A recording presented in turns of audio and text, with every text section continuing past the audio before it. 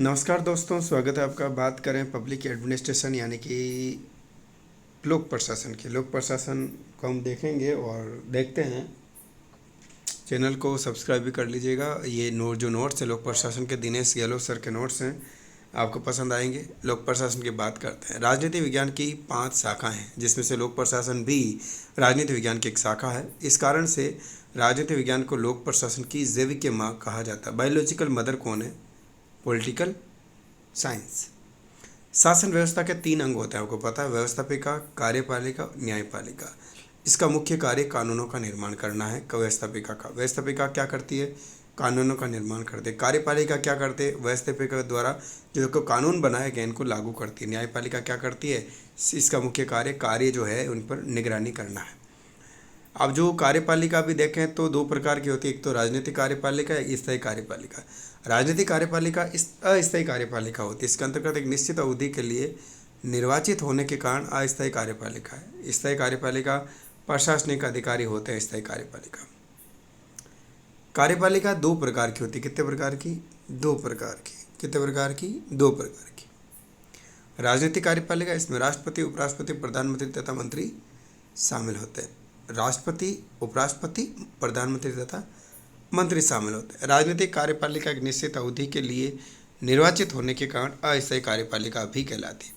राजनीतिक कार्यपालिका एक निश्चित अवधि के लिए निर्वाचित होने का, एक निश्चित अवधि के कारण, ये एक राजनीतिक कार्यपालिका मतलब राजनेता जो होते हैं एक निश्चित अवधि यानी कि 5 साल के लिए होंगे। भाई चुनाव 5 साल के लिए होता है, 5 साल के हो जाएंगे ना, तो एक निश्चित अवधि के लिए ये होते हैं। ठीक है। निर्वाचित होने के कारण अस्थायी कार्यपालिका भी कहलाती है। स्थायी कार्यपालिका की बात करें। स्थायी कार्यपालिका में इसमें प्रशासनिक अधिकारी होते हैं। कौन होते हैं? प्रशासनिक अधिकारी होते हैं। लोक प्रशासन का संबंध कार्यपालिका से, मुख्यतः लोक प्रशासन स्थायी कार्यपालिका से संबंधित है। लोक प्रशासन, स्थायी कार्यपालिका क्या है? ये प्रशासनिक अधिकारी होते हैं जो सिलेक्शन लेके जाते हैं ना, तो ये स्थायी होते हैं। लोक प्रशासन का संबंध कार्यपालिका से, मुख्यतः लोक प्रशासन का जो संबंध है स्थायी कार्यपालिका से। अमेरिका के राजनीति विज्ञान के प्रोफेसर वुड्रो विल्सन, कौन सा विल्सन? वुड्रो विल्सन ने पॉलिटिकल साइंस क्वार्टरली, कौन सी क्वार्टरली? पॉलिटिकल साइंस क्वार्टरली किसकी पुस्तक है? वुड्रो विल्सन की। इन्होंने 1887 में द स्टडी ऑफ एडमिनिस्ट्रेशन नामक लेख लिखा। द स्टडी ऑफ एडमिनिस्ट्रेशन 1887 में लेख लिखा। विल्सन ने अपने इस लेख में ये लिखा कि कानून का निर्माण करना राजनीतिज्ञों का काम है। वुड्रो विल्सन इसमें ये कहता है कि भाई कानून का निर्माण करना तो राजनीतिज्ञों का काम है, राजनेताओं का काम है, जबकि प्रशासन का काम क्या? उन जो कानून है उनका क्रियान्वयन करना, उसे लागू करना, है ना। तो विल्सन के अनुसार बात करें, कानून का निर्माण और कानून को लागू करना दोनों अलग अलग कार्य हैं। विल्सन कहता है कि भाई कानून का एक तो बनाना कानून को, एक कानून को लागू करना, दोनों ही अलग अलग बातें हैं यहाँ पर। जब ये कह रहे हैं कि अलग अलग कार्य जब हैं तो दोनों के विषय भी क्या होने चाहिए? अलग अलग होने चाहिए, ये बात कही है। ठीक है। कार्यपालिका 2 प्रकार की होती है। कितनी? कार्यपालिका 2 प्रकार की होती है। राजनीतिक कार्यपालिका, इसमें राष्ट्रपति, उपराष्ट्रपति, प्रधानमंत्री तथा मंत्री शामिल होते हैं। राजनीतिक कार्यपालिका, इसमें राष्ट्रपति, उपराष्ट्रपति, प्रधानमंत्री तथा मंत्री शामिल होते हैं। राजनीतिक कार्यपालिका एक निश्चित अवधि के लिए निर्वाचित होने के कारण अस्थायी कार्यपालिका भी कहलाती है। राजनीतिक कार्यपालिका जो होती है ना, वो हमने बात करी। अब देखते हैं। विल्सन कहते हैं कि राजनीतिकों का संबंध राजनीतिक विज्ञान से, जबकि प्रशासन का संबंध लोक प्रशासन से है। राजनीति का संबंध तो राजनीतिक विज्ञान से हो गया भाई, प्रशासन का संबंध तो लोक प्रशासन से, इसलिए दोनों विषय अलग अलग होने चाहिए। विल्सन की इस मांग को क्या कहा गया? विल्सन एंड क्राई कहा गया। डिवाइड वाल्डो ने विल्सन को लोक प्रशासन का जनक कहा। किसने? कौन से वाल्डो था? डिवाइड वाल्डो आए, उन्होंने विल्सन को क्या कहा? लोक प्रशासन का जनक कहा भाई। ठीक है।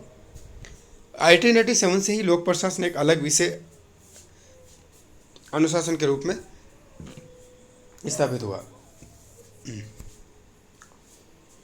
प्रशासन का अर्थ की बात करें। प्रशासन का अर्थ देखिए। प्रशासन अंग्रेजी भाषा के एडमिनिस्ट्रेशन शब्द का हिंदी रूपांतरण है। एडमिनिस्ट्रेशन शब्द लैटिन भाषा के मिनिस्ट्रेट से मिलकर बना है, और मिनिस्ट्रेट शब्द का शाब्दिक अर्थ सेवा करना, किसी कार्य को व्यवस्थित ढंग से करना होता है। हिंदी भाषा का प्रशासन शब्द संस्कृत भाषा के प्रशासता से बना है, जिसका प्रशासता गुप्त काल में एक पद का नाम था। यज्ञ के दौरान मुख्य अतिथि यानी पुजारी को प्रशासता कहा जाता था। यज्ञ के दौरान प्रशासता द्वारा दिए गए कार्य को ही प्रशासन कहा जाता है। किसी भी कार्य को सेवा करने के उद्देश्य से व्यवस्थित रूप से किया जाए उसे प्रशासन कहा जाता है। सेवा करने के उद्देश्य से। प्रशासन एवं प्रबंध की बात करें, अगली प्रशासन एवं प्रबंध क्या है? किसी भी संगठन में होने वाली सभी गतिविधियों, किसी भी संगठन में होने वाली गतिविधियाँ, उच्च गतिविधियाँ भी हो सकते हैं, मध्य भी हो सकती हैं, और तकनीकी गतिविधियाँ, निम्न गतिविधियाँ, ये प्रशासन के अंतर्गत होती है कि उच्च स्तर की तक हो सकती है गतिविधियाँ, निम्न स्तर की भी हो सकती है। किसी भी संगठन में होने वाली उच्च गतिविधियाँ जैसे निर्णय लेना, पैसे की व्यवस्था करना, कोऑर्डिनेशन यानी समन्वय करना और उस पर नियंत्रण करना, ये प्रबंधन में शामिल है। जो मैनेजमेंट करेगा वो ही तो करेगा, उसका व्यवस्था करेगा, पैसे की व्यवस्था करेगा, वित्त व्यवस्था की बात करेगा, निर्णय लेगा, ये सब कौन करेगा? प्रबंधन में सम्मिलित हैं। प्रशासन और प्रबंधन दोनों अलग अलग नहीं है। प्रबंधन जो है प्रशासन का क्या है? भाग है। प्रबंधन जो है क्या प्रशासन का क्या है? भाग है। अब देखें आगे, लोक प्रशासन और लोक शब्द का अर्थ की बात करें। लोक प्रशासन और लोक शब्द का अर्थ। लोक प्रशासन में लोक शब्द का अर्थ जनता से लिया था। किससे लिया? जनता से। अर्थात सेवा करने के उद्देश्य से किसी भी कार्य को जनता के लिए व्यवस्थित ढंग से किया जाए, ये लोक प्रशासन कहा जाता है। जनता एक संकीर्ण शब्द है। कौन सा शब्द है? संकीर्ण है। इसकी तुलना में सरकार एक व्यापक शब्द है। सरकार व्यापक शब्द है और जबकि जनता एक संकीर्ण शब्द है, क्योंकि सरकार शब्द में जनता भी सम्मिलित होती है। सरकार के द्वारा सेवा करने के उद्देश्य से जो भी कार्य व्यवस्थित रूप से किए जाते हैं, लोक प्रशासन कहलाता है। 1990 के बाद लोक प्रशासन में लोक शब्द का अर्थ केवल सरकार से नहीं लिया जाता। अब केवल सरकार से नहीं लिया जाता। निगमित सामाजिक उत्तरदायित्व की बात करें, जिसे CSR कहा जाता है, इसको भी देखिएगा। जब निजी क्षेत्र का कोई संगठन अपने लाभ का कुछ हिस्सा लोगों के कल्याण के लिए खर्च करता है तो उसे निगमित सामाजिक उत्तरदायित्व कहा जाता है। यानी जो NGO जैसे उत्कर्ष क्लासेस भी है तो कई सामाजिक कार्य करवाते हैं, तो ये जो सामाजिक कार्य करवाते हैं इसे क्या कहा जाता है? CSR कहा जाता है। अगला है नागरिक समाज की बात करें, सिविल सोसाइटी। ऐसे लोग जो न तो सरकार का भाग है और न ही निजी क्षेत्र का हिस्सा, फिर भी निस्वार्थ भाव से लोक कल्याण का कार्य करते हैं। क्या करते हैं? लोक कल्याण का कार्य करते हैं। नागरिक समाज कहलाता है।